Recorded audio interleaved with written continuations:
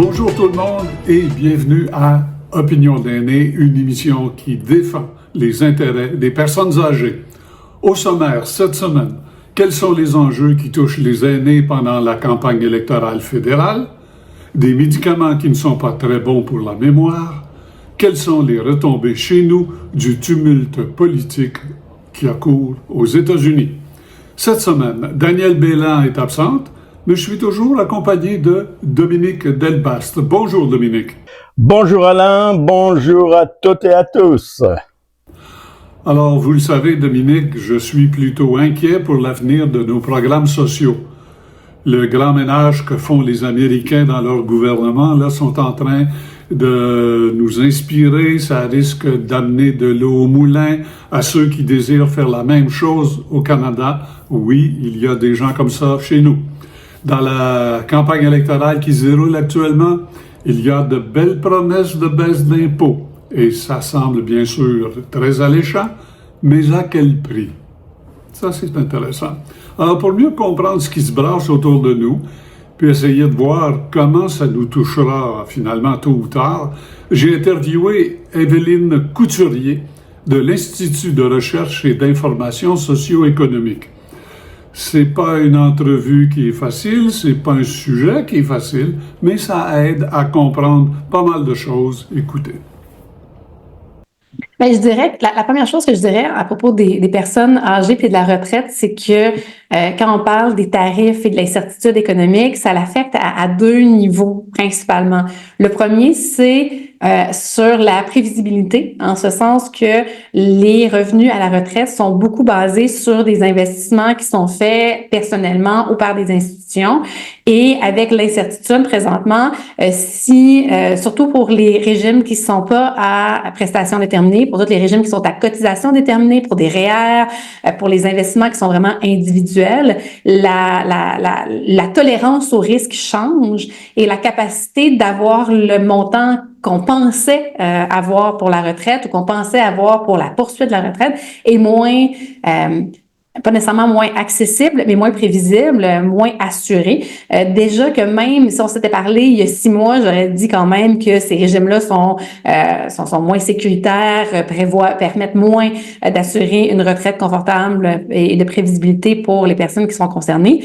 Mais à l'heure actuelle, cette incertitude-là est encore plus importante et cette possibilité de finir sa vie avec pas d'argent dans ses poches est beaucoup plus grande. Fait que ça, c'est une part, c'est est-ce qu'on est capable d'avoir de l'argent, de juste avoir de l'argent.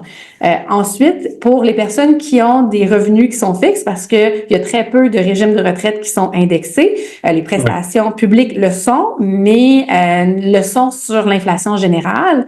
Or, il y a certaines composantes de nos dépenses qui augmentent plus rapidement que l'inflation, et ces composantes-là sont des dépenses qui sont généralement liées à la survie même. Quand on pense à l'alimentation, quand on pense au transport, quand on pense au logement, l'inflation, l'augmentation du coût de la vie augmente pas à la même vitesse que l'inflation générale. C'est des coûts qui sont plus difficiles à couper, surtout sur l'alimentation et le logement, parce que les choses coûtent plus cher. On peut pas dire, je vais prendre mon 4,5 puis je vais payer seulement 3 pièces sur 4 ce mois-ci. On n'a pas le choix. Il faut payer l'ensemble du montant, l'ensemble de l'hypothèque. Sinon, on a des problèmes sur son existence. Même chose avec l'alimentation, il faut manger pour survivre. Donc, ces dépenses-là sont plus importantes dans le budget des personnes qui sont à faible revenu.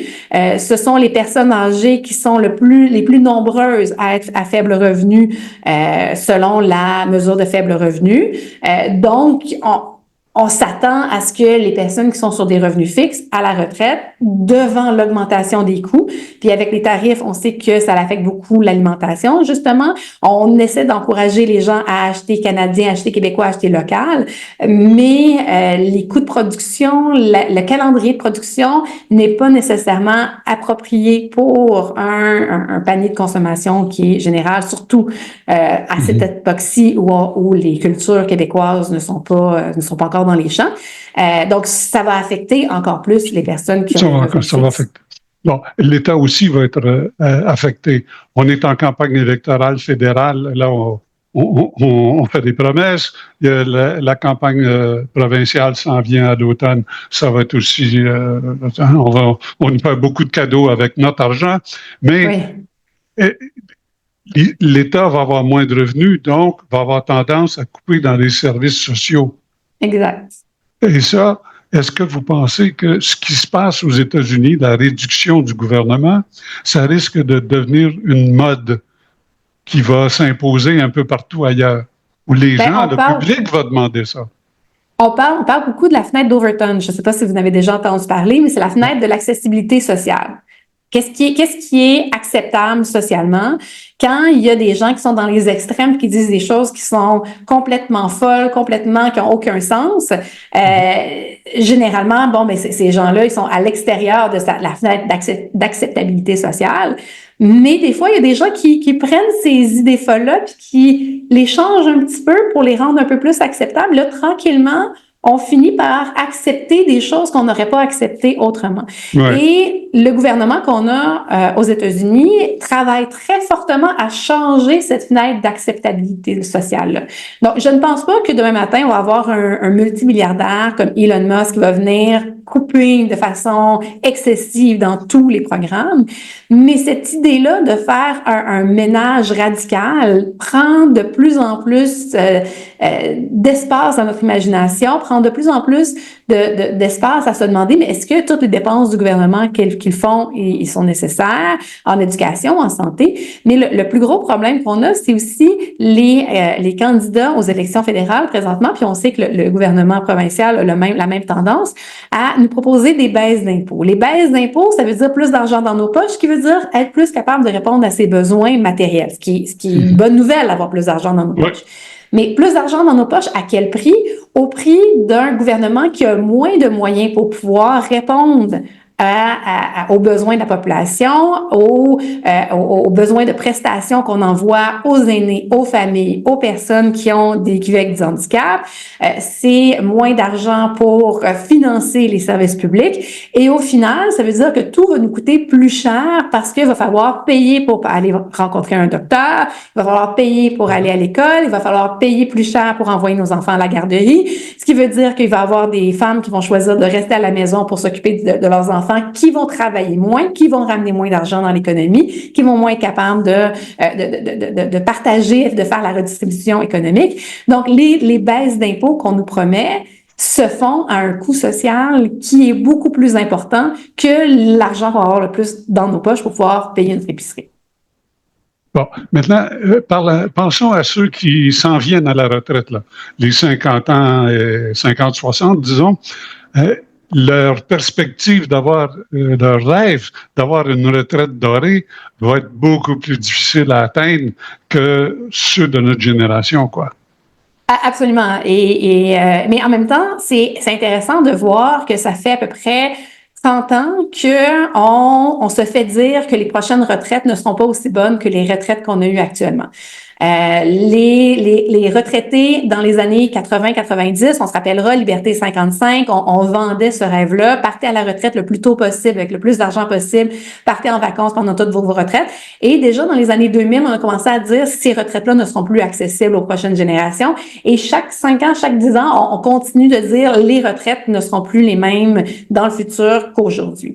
Il y a une part qui est cette impression-là que dans le passé c'était mieux et dans le futur c'était toujours pire, mais aussi une part qui est basée dans la réalité, particulièrement maintenant avec ce qu'on voit avec l'incertitude économique, avec ce qui se passe avec les États-Unis, les tarifs et les pays, les autres pays qui commencent aussi à utiliser les tarifs comme façon de fonctionner. Les États-Unis nous ont asséné des tarifs à des taux records, mais de l'autre côté, on entend d'autres pays dire « nous, on va mettre des tarifs sur 10, 15, 8%. » Donc, il va avoir le coût de la vie va augmenter. Et ça, c'est sûr que c'est un problème. L'individualisation de la retraite est aussi un problème qui n'est pas lié aux tarifs, qui n'est pas lié à notre climat économique maintenant, mais l'individualisation où on dépend de nos propres investissements, de nos propres économies pour arriver à la retraite, c'est sûr que lorsqu'on est les seules personnes qui gérons notre cagnotte, le risque est beaucoup plus grand que lorsque la cagnotte elle est partagée. C'est pour ça que les régimes à prestations déterminées ont une meilleure résilience dans une période de turbulence économique comme maintenant, parce qu'ils ont juste besoin de se protéger pendant 4 ans, parce que la cagnotte se renouvelle tout le temps et elle prévoit les prestations sur plusieurs années. Donc, les régimes de prestations déterminées sont généralement plus résilients dans des périodes comme ça. Les 2 gros dangers, je crois, en fait, les 3 gros dangers pour une personne qui envisage la retraite dans le futur, c'est prévoir l'augmentation du coût de la vie, ce qu'on n'est pas capable de prévoir, puis on a eu des années d'inflation à 2%, et là, tout d'un coup, on s'est réveillé avec des inflations à 5-6%, et ça a vraiment eu un choc sur nos économies. On ne sait pas ce que l'avenir va nous prévoir avec l'inflation, donc la capacité de quel est le montant dont on a besoin, la capacité de prévoir nos économies, ce n'est plus là. Le discours qui nous encourage à investir dans des REER, à ce que les entreprises offrent des REER collectifs, le RVER, ce discours-là sur vous êtes responsable de vos propres économies, ça aussi, c'est un danger. Et le 3e danger, c'est le gouvernement qui a de moins en moins de ressources pour répondre à l'ensemble de ses missions et qui se pose la question, est-ce qu'on devrait continuer de donner une pension à la sécurité de la vieillesse pour l'ensemble des personnes âgées? Est-ce qu'on devrait la retarder de quelques années? Est-ce que c'est une mission de l'État qui est importante? Donc, la remise en question des régimes collectifs, c'est aussi quelque chose qui pourrait avoir un impact financier sur les gens qui vont prendre leur retraite dans les prochaines années. Autrement dit, le bar ouvert, c'est fini.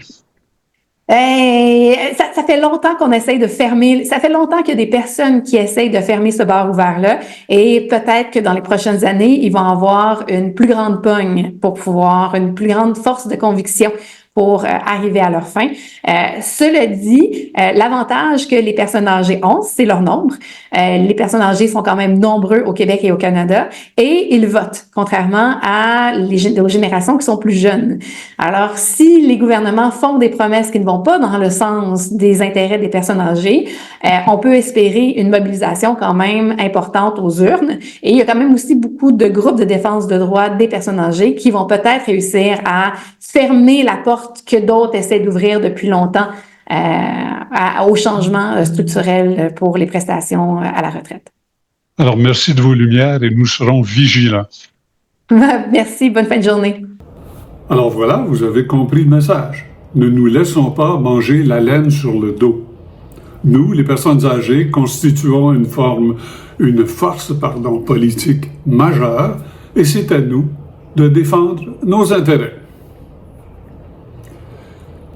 Dominique, vous avez des commentaires, je suis sûr, sur le sujet. Eh bien oui, il faut défendre nos intérêts, c'est sûr, Alain.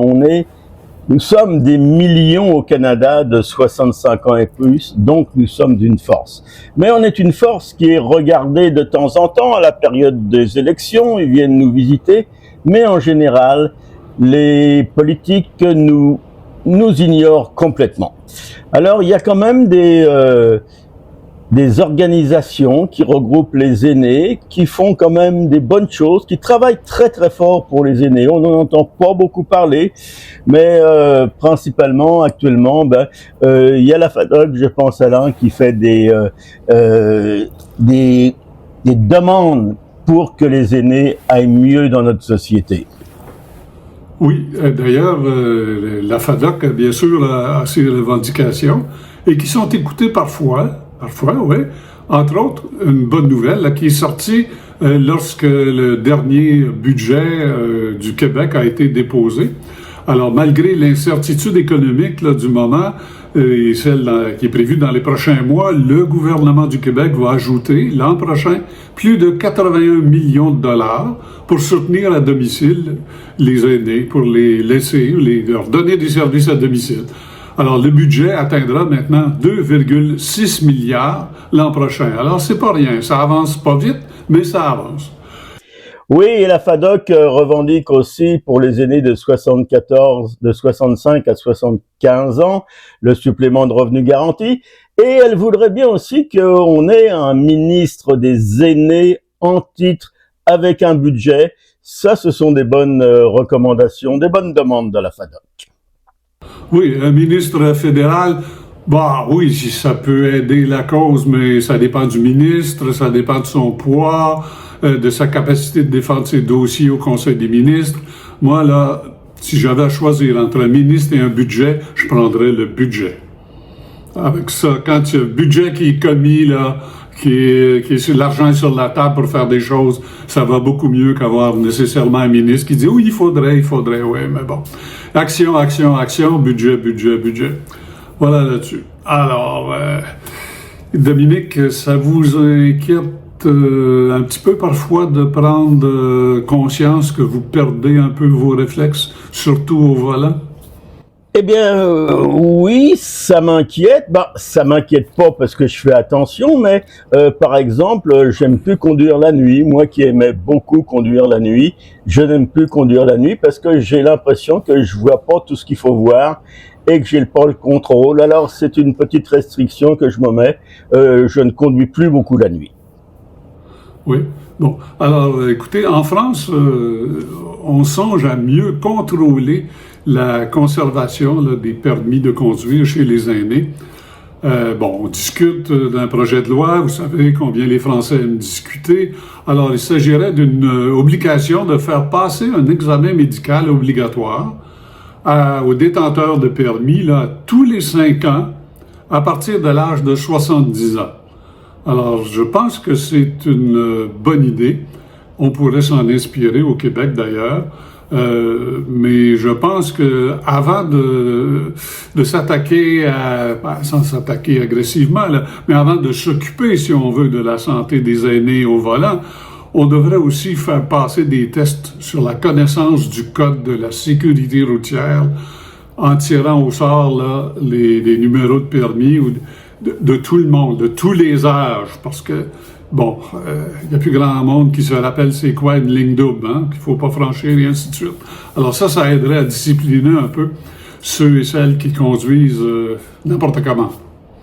Mais je sais, Dominique, que vous avez des réserves au sujet des tests envers les aînés. Oui, parce que je voudrais pas qu'on s'attaque uniquement aux personnes aînées qui ont des fois des accidents, parce que les jeunes en ont aussi.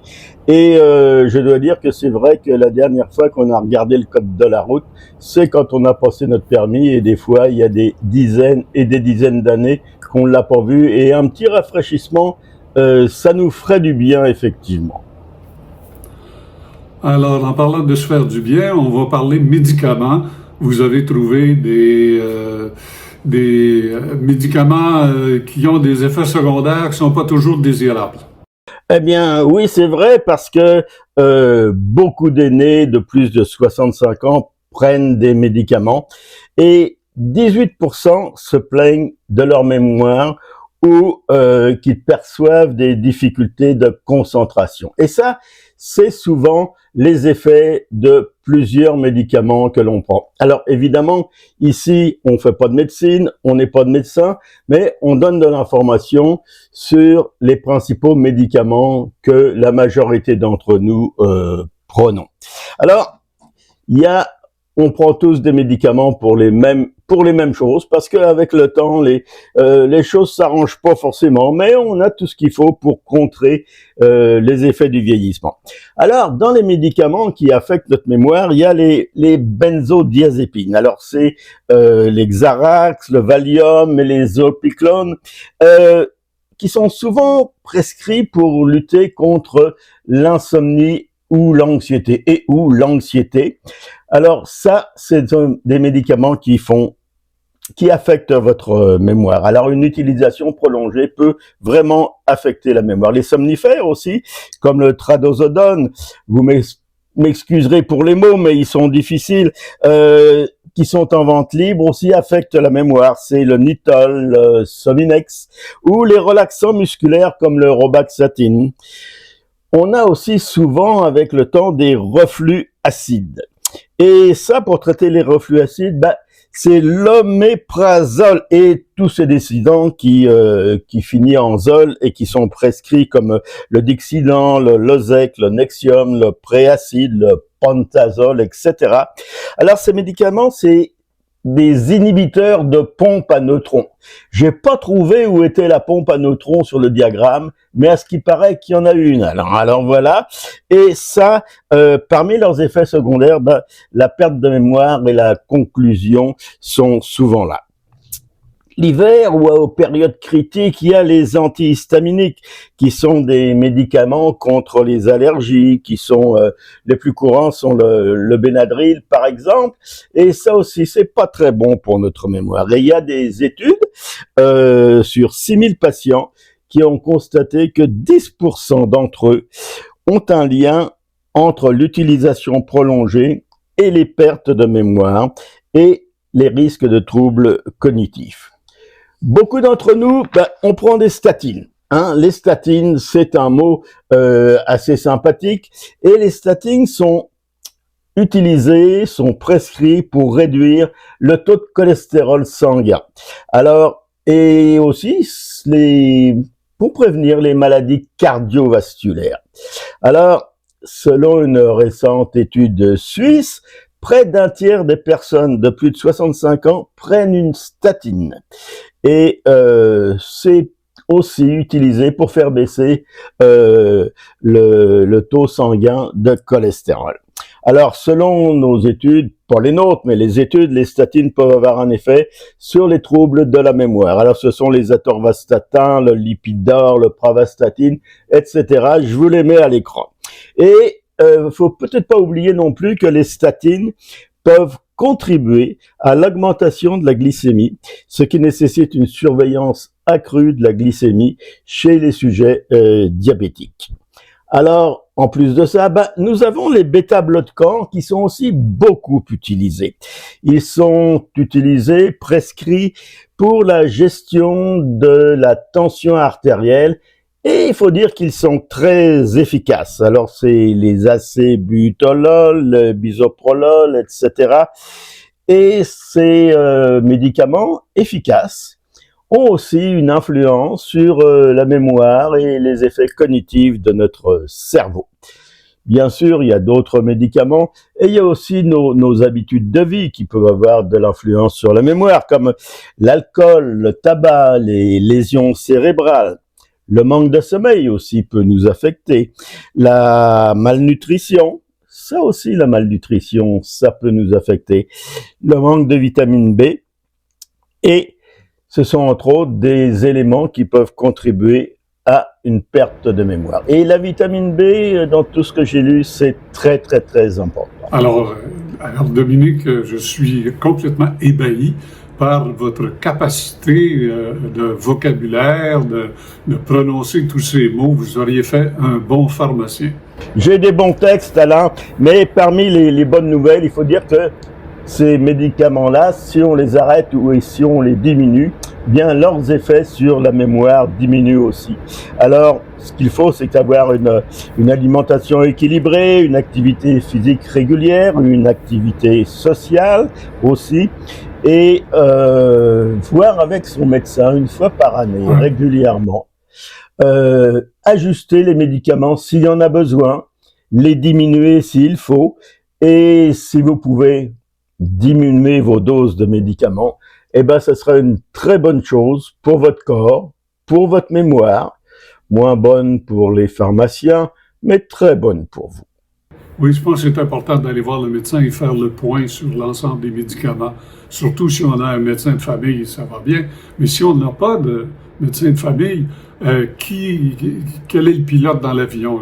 Qui est-ce qui sait comment tous ces médicaments que vous avez ont pas des interactions? Alors, consultez quand même, allez demander à votre médecin, est-ce que c'est correct? Est-ce que je dois continuer à prendre ça? Et ainsi de suite.